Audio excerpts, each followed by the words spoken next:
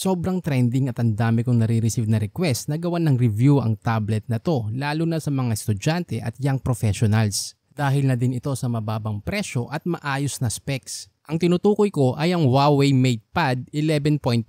Kaya naman in this video, ilalagay natin to sa spotlight at ikukumpara natin sa Realme Pad 2 since hindi naman ito nagkakalayo ng presyo.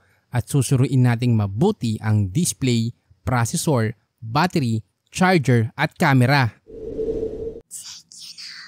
Pag-upload ko ng video na to, mabibili ang Huawei MatePad 11.5 sa online sa presyong 14,399 pesos para sa Wi-Fi model na may 6GB RAM at 128GB internal storage. Hindi naman ito nalalayo sa Realme Pad 2 na may presyong 13,999 pesos para sa Wi-Fi with SIM at may 6GB RAM at 128GB internal storage. Pagdating sa price, masasabi ko na panalo ang Pad 2 dahil mas mura ito at meron itong cellular connectivity na pwede mong lagyan ng SIM para sa LTE connection na wala sa MatePad. Ang MatePad ay may 11.5 TFT LCD display, 120Hz refresh rate at 1440 by 2200 pixels. Pareho naman ito ng size at refresh rate ng Pad 2 dahil ito ay meron ding 11.5 IPS LCD display, 120Hz refresh rate at 1200 by 2000 pixels.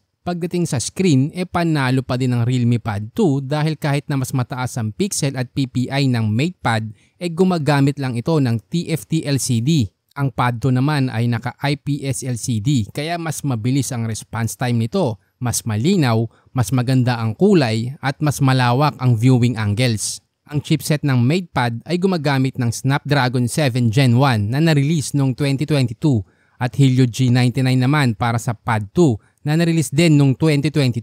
Sa processor mas solid, mas malakas ang MatePad pagdating sa CPU, gaming performance at battery life. Sa aspetong ito malinaw na MatePad ang panalo. Sa mga bago nating viewers, pwede kang manalo ng 200 smart load basta mag-subscribe ka at sagutin mo ng tama ang trivia question na to. Sinama ko na rin pala ang OS dahil magkaiba sila. Ang Huawei ay naka-Harmony OS at ang Realme naman ay Android 13. Dito mas pipiliin ko pa din ang Android dahil mas trusted ko to at mas subok na. Mada-download mo pa din naman ng mga Google apps sa Huawei gamit ang app gallery nila. Ito yung parang Play Store sa mga Android. Sa battery naman, ang MatePad ay mayroong 7,700 mAh at 22.5 watts Type-C charger. Mas mataas naman ang Pad 2 na naka 8,360 mAh at 33 watts Type-C charger.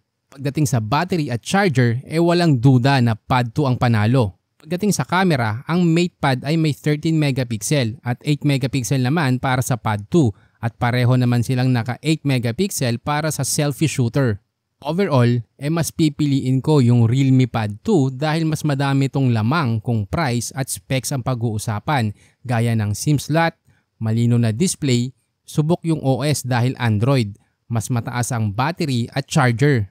Ang lamang naman ng MatePad ay mas malakas ang chipset at mas mataas ang rear camera. Para sa akin mas nakikita ko yung value for money sa Realme Pad 2. Ikaw, anong pipiliin mo sa dalawa?